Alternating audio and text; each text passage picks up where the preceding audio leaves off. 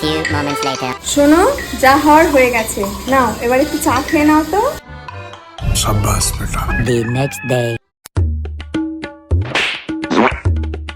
A few moments এই later. নাও চা খাও। সংসারে থাকতে গেলে একটু ঝগড়া অশান্তি তো হবে, সেটা মনে রাখলে হবে।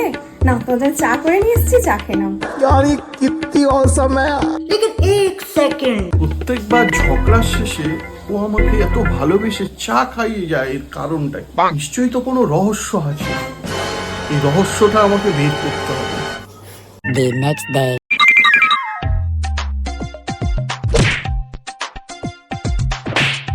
বাইগান 5 minutes later.